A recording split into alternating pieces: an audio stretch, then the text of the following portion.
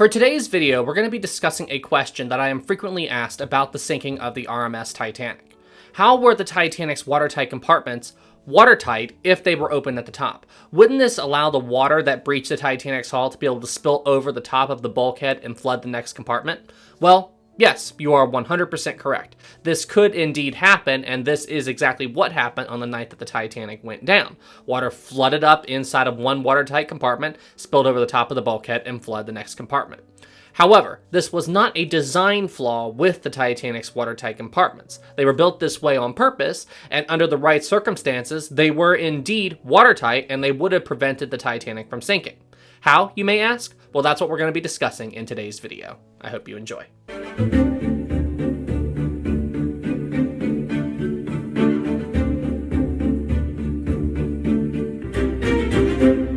Special thanks to Titanic Honor and Glory for providing the sinking animation you're going to see in today's video. Please check out their work in the description below. Okay, so to properly answer this question, the first thing we need to discuss is what exactly a watertight compartment is and how it works. Well, a watertight compartment, as the name implies, is a compartment within a ship that's purpose is to prevent water that has found its way into that compartment from breaching another compartment, okay?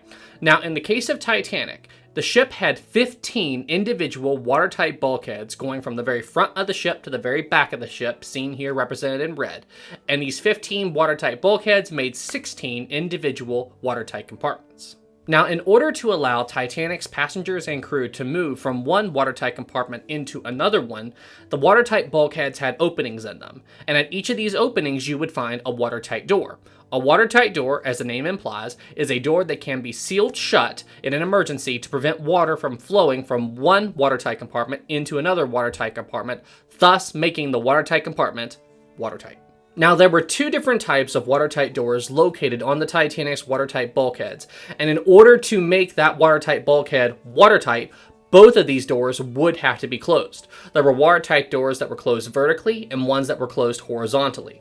Now, the vertical closing watertight doors, these were located at the very bottom of the Titanic, in between the ship's boiler rooms, cargo hold, and engine rooms and such. These are the doors that would needed to be closed the quickest in the event of an emergency. And because of this, there were three different ways to close these doors. The first way was manually by hand. Any crew member working down there, if they saw flooding, they could close the doors on their own. The second way was electrically. Any crew member on the Titanic's bridge could simply throw a switch and close the doors should the need arise. And the third and probably most ingenious way to close these doors was, you see, the builders at Harland & Wolff, they imagined a scenario where the Titanic could be breached and no one on board the ship somehow knew about it. Well, in the event of this, if water was coming into the compartment and no one triggered the watertight door to close, well, they attached this device called a float plate to each of the vertical closing watertight doors. And when this float plate was lifted up by the water coming in, it would trigger a mechanism and close the vertical closing watertight door automatically. Very cool and very ingenious safety feature on the Titanic. However, the horizontally closing doors, there was only one way to shut these watertight doors, manually by hand. But honestly, even though I'm sure this may seem a bit more primitive to you than the vertical closing doors, I think this system was okay for the Titanic simply because these horizontally closing doors, they were located up on the higher decks so they wouldn't flood as quickly as the space down where the vertical closing doors would. So in the event of an emergency, the crew would have time to get to them and close them should the need arise. So, as you can see, the Titanic really did have a lot of good safety systems in place to quickly seal up a watertight compartment should they need to. However, I'm sure all of you are still wondering about the giant opening at the top. Well, don't worry, we'll explain that now. You see, due to the laws of physics, water will not flow inside of a vessel higher up than what the water line is on the outside of a ship. So, taking this into account when they were building the watertight bulkheads, the Titanic's builder specifically designed them so that the top of the watertight bulkhead would be above the water line on the outside of the Titanic. More specifically, the watertight bulkhead stopped around the Titanic's E-deck level. Now, let's say, just for the sake of argument, the Titanic was in a collision and one of the watertight compartments was breached. Okay, the Titanic's crew quickly seal up that watertight bulkhead, thus making that watertight compartment watertight. The Titanic would sink down a little bit, but because the top of the watertight bulkhead never went below the water line on the outside of the ship, the water cannot reach the top of the bulkhead and spill over into the next compartment. So this watertight compartment is in fact watertight. Now, obviously, if you have a situation where multiple watertight compartments are breached, this would cause the Titanic to sink down even lower into the water. And if you do have a situation where enough are breached that the ship is able to sink down low enough in the water where the top of the watertight bulkhead is below the waterline on the outside of the ship, then yes, the water will be able to reach the top of the watertight compartment and spill over into the next compartment. This is exactly what happened to the Titanic on the night that it sank. However, before we discuss that, let's first go over exactly how many watertight compartments on the Titanic could be breached without the water being able to spill over the top of the watertight bulkheads. Now, officially, the Titanic could handle any 2 adjacent compartments breached anywhere along the Titanic's hull completely flooded, and the ship would not be at risk of foundering. She could also handle her first 3 watertight compartments breached totally fine, or she could even handle her aft first 3 compartments breached, and she would still survive. Plus, as an added bonus, the Titanic could also handle her first 4 compartments completely flooded, and even under this scenario, the Titanic would not sink down low enough in the water for the water to be able to spill over the top of the watertight bulkheads. The remaining buoyancy within the ship would counteract the dead weight that was, from those damaged compartments, and the Titanic would survive. So, as you can see, the Titanic really could handle a lot of different flooding scenarios and still survive. However, what she could not handle is what happened to her on the night that she hit the iceberg. So, when Titanic struck the iceberg at 11:40 p.m. on April 14, 1912, the iceberg opened up the Titanic's hull in a bunch of small spaces, in an area spanning from the very front of the ship to all the way of just aft of the first funnel. This translates to 6 watertight compartments breached from the iceberg collision. That is a colossal amount of damage, and way more than what the Titanic could handle. With this amount of damage, the Titanic would sink down so low in the water that the water would have no trouble spilling over the tops of the bulkheads and then traveling further back and back and back into the rest of the Titanic until the Titanic would eventually founder 2 hours and 40 minutes after the collision. So, it doesn't matter how safe you try to make something like a ship.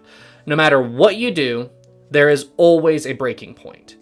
And even with all of the safety features the builders who built Titanic tried to implement into the vessel, and they did implement a lot of them, the first 4 compartments breached at the front of the ship was the worst case scenario they could imagine at the time.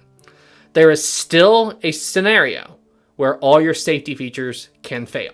And the Titanic unfortunately encountered that on the night she hit the iceberg. With 6 compartments breached, the Titanic was doomed no matter what you did. Okay, so now that you guys have a pretty good understanding of how the watertight compartments worked on Titanic and ultimately why they failed on the night of the sinking, let's now do a bit of a discussion, shall we? Let's discuss, would it have been better to have the watertight compartments completely sealed up at the top on the night of the sinking? Would this have helped save the Titanic? Well, to be honest with you, I'm not 100% sure, and here's why. The first thing that I would think that would go wrong in a situation like this is, wouldn't all of the crew in those watertight compartments simply be trapped in there once all of the watertight doors were shut? Wouldn't they wouldn't have any way to get out if they couldn't go up and over, like what a lot of them did on the night that the Titanic sank. Now, I'm sure you guys are thinking, well, couldn't they just add more watertight doors and, keep these doors open until all of the crew got out? Well, I guess. I still can't imagine a scenario where all of the crew would get out in that situation. I'm sure some of them would get trapped down there. But another issue would be, what if some of the crew forgot to close all these watertight doors? Don't forget, we're talking about a huge chunk of space. If you want these compartments completely sealed up at the top, going from one side of the ship to the other, there could be watertight doors all over the place to allow the crew to be able to get out of there if they had to. And I could easily see a scenario where one of these watertight doors could be left open, especially if they were manually closing doors, which honestly they probably would be. Don't forget, only the vertical closing doors at the bottom of Titanic could be closed electrically. The rest would have to be closed manually. And if a door was left open, then this completely kills the point of having a watertight bulkhead or watertight compartment completely sealed up at the top. Water would get out and that would be that. And then we also have to think about the added strain on the Titanic's hull in the event that you've got 6 completely sealed up watertight compartments and if they were completely flooded. I'm not sure if that much loss of buoyancy would cause the Titanic's bow to dip beneath the surface, but it probably would, or come close to it anyway. And don't forget, the watertight compartments on Titanic only went up to the E-deck level.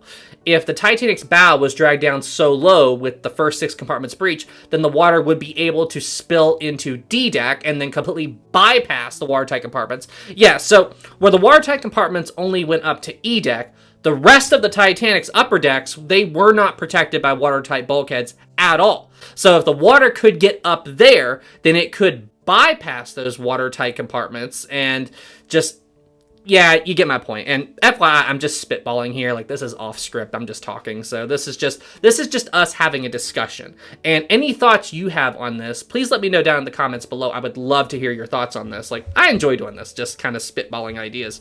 But yeah, and with that much strain on the hull, I would also have to think that maybe these watertight bulkheads could fail. Rivets would start popping and water would find ways out, and then you could probably have a scenario where, the Titanic would continue to be pulled down lower and lower. Water could get in through air vents. It could start spilling into the tops of the cargo hatches. Yeah, I don't think that would really help out all that much in the Titanic scenario.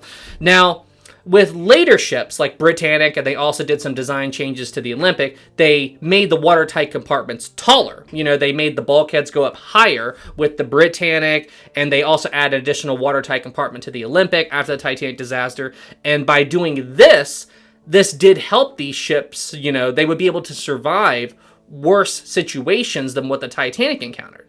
So ultimately, I think that's the key thing here. I think you're better off making the compartments go up higher, make the bulkheads go up higher, then completely sealing them up at the top. I think that's the key here, and I think that that's what the shipbuilders of Harland and Wolff knew. But yeah, as I said, I'm curious to hear your thoughts. I enjoy doing these kind of spitballing idea things, So yeah, in conclusion, ultimately what the shipbuilders of Harland and Wolff wanted to do when they were building the Titanic was they wanted to find a way to balance safety and convenience. They wanted to make the Titanic as safe as they could, but they also didn't want to go so overboard that it was an inconvenience for the Titanic's passengers and crew. This is why the watertight bulkheads only went up to the E-deck level and not higher up. They wanted everyone, on the higher decks to be able to navigate the Titanic without having to deal with watertight bulkheads everywhere. And honestly, I get that. Given everything we've talked about in this video, I understand why they made that decision at the time.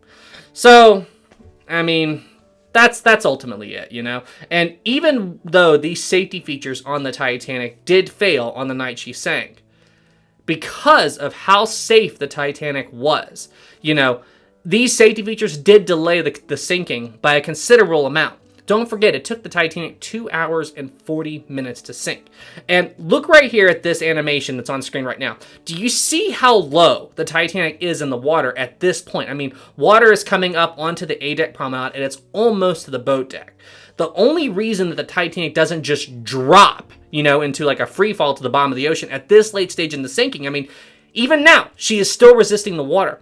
This is due to the safety systems within the ship trying to keep the Titanic afloat for as long as possible. So, despite what people would like to have you believe, Titanic really was a very, very well-built and very safe ship.